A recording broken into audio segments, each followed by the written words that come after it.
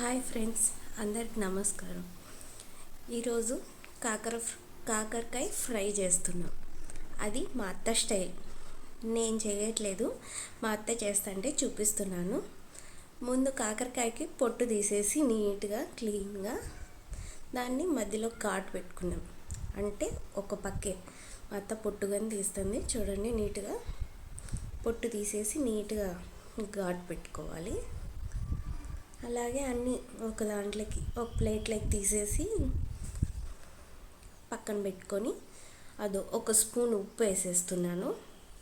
ఉప్పు వేసేసి మూత పెట్టేసుకోవాలి. అట్లా బాగా కలిపేసుకొని చేత్తో కాకుండా అలా నీట్గా కలిపేసి ఒక 5 నిమిషాలు మూత పెట్టి పక్కన పెట్టేసుకున్నాం. అలా మూత పెట్టి పక్కన పెట్టుకుంటే నీళ్ళు బాగా ఉడతాయి.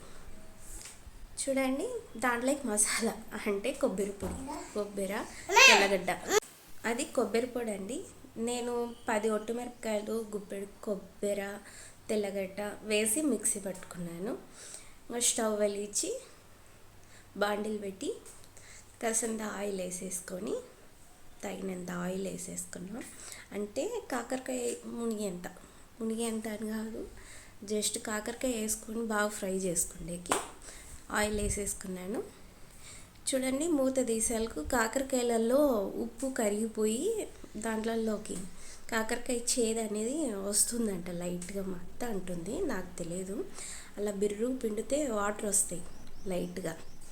ఆ పిండుకునేటి ఆయిల్ వేసేసుకోవాలి ఒక్కొక్కటిగా. చూడండి, మా అత్త నీట్గా పిండి వేస్తుంది, వాటర్గానే వస్తున్నాయి. చూడండి, పిండినాక ప్లేట్లో ఎన్ని వాటర్ ఉంటాయో నేను మీకు చూపిస్తాను. అలా ఒక్కొక్కటి బిర్రుగా పిరికెట్లో పెట్టుకొని పిండి వేసేసుకోవాలా. అలాగే పెద్ద మంట పెట్టిండేనా, కాస్త సిమ్లో తగ్గించి మంట పెట్టుకొని బిర్రు పిండి వేసిన. చూడండి, కాకరకాయలో అంటే ఎన్ని వాటర్ వచ్చాయో. ఇలా వాటర్ వస్తే దాంట్లో కొద్దిగా చేదన్నా తగ్గుతుందని ఇంకా కాసేపు పెద్ద మంటలో ఫ్రై చేసుకుంటాను అన్నమాట.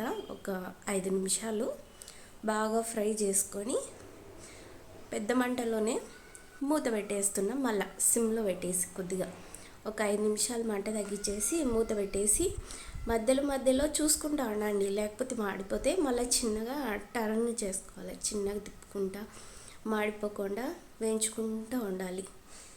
చూడండి, వేయించుకుంటా అంటే కలర్ అని చేంజ్ అవుతున్నాయి. ఇలా చేంజ్ కావాలి. టేస్ట్ అయితే సూపర్గా ఉంటుంది, ట్రై చేయండి.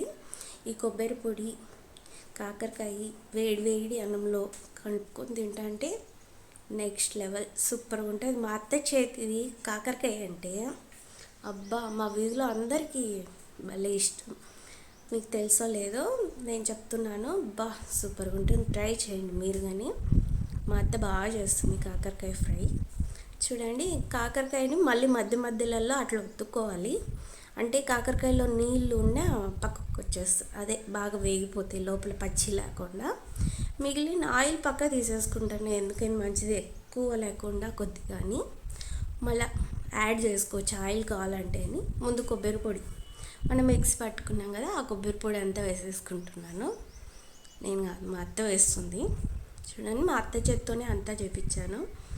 అలా రోజుసేపు చూస్తే ఆయిల్ లేదు దాంట్లో, ఓన్లీ కొబ్బరిగా ఉంది కాబట్టి కొద్దిగా యాడ్ చేసుకుంటా మా అత్త కలుపుకుంటుంది. యాడ్ చేస్తే కలుపుకుంటా అంటే ముక్కలకి కానీ మసాలా వెళ్తుంది. మనం లేదా అట్లయినా తినవచ్చు, ముక్క. అబ్బా, కాయలు చిన్న కాయలు తీసుకోండి కాకరకాయ ఫ్రైకి. ఇట్లా చిన్న అయితేనే బాగుంటుంది, ట్రై చేయండి, పెద్దవి కాకుండా. సరే, అలాగే ఎవరైనా కొత్తగా నా ఛానల్ కనుక చూస్తా అంటే సబ్స్క్రైబ్ చేసుకోండి, లైక్ చేయండి, అలాగే కామెంట్ చేయండి, మర్చిపోకండి. ఇలా దోరగా ఫ్రై చేసేసుకొని దీంట్లో బాగా వచ్చింది, ట్రై చేయండి. మర్చిపోయాను, దీంట్లో ఉప్పు వేసుకోలేదు. మళ్ళీ మా అత్త ఉప్పు వేసింది, నేను మీకు చూపించడం మర్చిపోయాను. కొబ్బరి పొడిలో ఉప్పు వేయలేదు కాబట్టి కొద్దిగా వేసుకునే తగినంత ఉప్పు వేసుకొని బాగా కలిపేసుకొని ట్రై చేయండి. ప్లేట్లోకి సర్వ్ చేసుకొని. చూసారు కదా ప్రాసెస్ అంతా, ఎలా వచ్చిందో ట్రై చేసి నాకు కామెంట్ చేయండి. సరే, బాయ్.